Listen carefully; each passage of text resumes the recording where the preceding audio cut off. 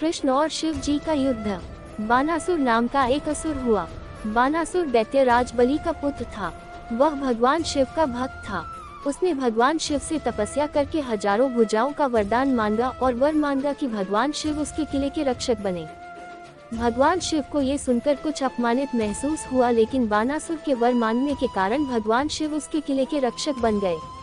अब बानासुर अत्यंत शक्तिशाली हो गया और देवता उससे भयभीत रहने लगे।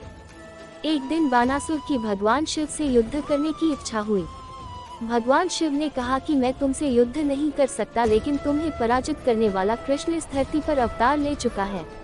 भगवान शिव ने कहा कि जब तुम्हारे किले की ध्वजा गिर जाए तो समझ लेना कि तेरा शत्रु आ चुका है। ये सुनकर बानासुर ने भगवान शिव की कठिन तपस्या की। उसने वरदान मांगा कि जब कृष्ण से मेरा युद्ध होगा तो आप मेरे प्राणों की रक्षा करेंगे।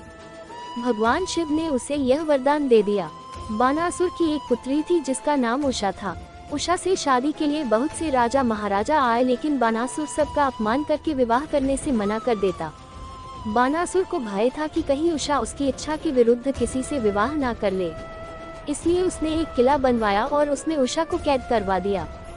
एक रात्रि उषा को सपना आया जिसमें उसने एक सुंदर राजकुमार को देखा।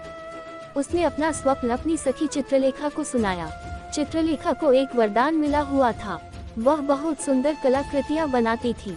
उसने उषा की आंखों में अपनी माया से स्वप्न को देखकर अपनी कला से उसने सुंदर राजकुमार का चित्र बनाया। उस चित्र को देखकर उषा को राजकुमार से प्रेम हो गया।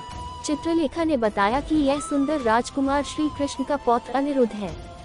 चित्रलेखा ने अपनी माया से उसे उषा के सामने ला दिया। उषा को देखकर अनिरुद्ध भी उस पर मोहित हो गया और दोनों ने गुप्त रूप से शादी कर ली।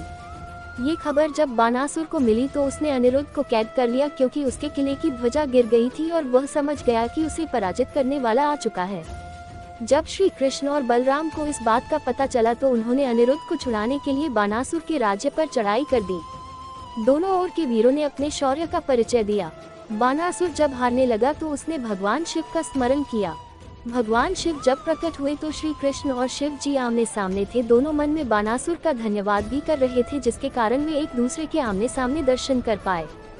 युद्ध शुरू हुआ। श्री कृष्ण और शिव जी ने एक दूसरे पर कई तरह के अस्त्र शस्त्र चलाए, लेकिन दोनों को उससे कोई हानि नहीं हुई। श्री कृष्ण ने निंद्रास्त्र चलाकर भगवान शिव को कुछ समय के लिए सुला दिया और श्री कृष्ण ने बानासुर की भुजाएं काटनी शुरू कर दी, जिस पर वह अभिमान करता था। जब उसकी 4 भुजा ही शेष रह गई तो अचानक शिवजी की नींद खुल गई और बानासुर की यह दशा देखकर क्रोधित हो गए। उन्होंने अपना शस्त्र शिवज्वर अग्नि चलाया, जिससे चारों ओर ज्वर और बीमारियां फैल गई। श्री कृष्ण ने नारायण ज्वर शीत शस्त्र चलाया, जिससे ज्वर का नाश हो गया, लेकिन इस युद्ध से सृष्टि के विनाश का डर पैदा हो गया। सृष्टि को विनाश से बचाने के लिए सभी देवताओं ने माँ दुर्गा की आराधना की। तब माता ने दोनों पक्षों को शांत किया। शिव जी ने कहा कि वह केवल अपने वचन के कारण बानासुर की रक्षा कर रहे हैं। वह चाहते हैं कि श्री कृष्ण बानासुर के प्राण न ले।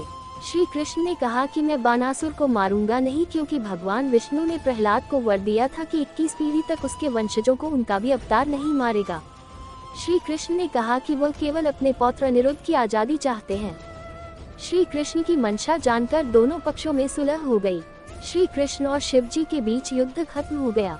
बानासुर ने दोनों देवताओं श्री कृष्ण और भगवान शिव से क्षमा मांगी कि उसके कारण दोनों में युद्ध हुआ। बानासुर ने अनिरुद्ध को रिहा कर दिया और उसने उषा और अनिरुद्ध का विवाह करवा दिया। अगर आपको मेरी यह कहानी अच्छी लगी हो तो प्लीज इसे लाइक और शेयर कर देना और बेल आइकन को प्रेस कर देना। धन्यवाद।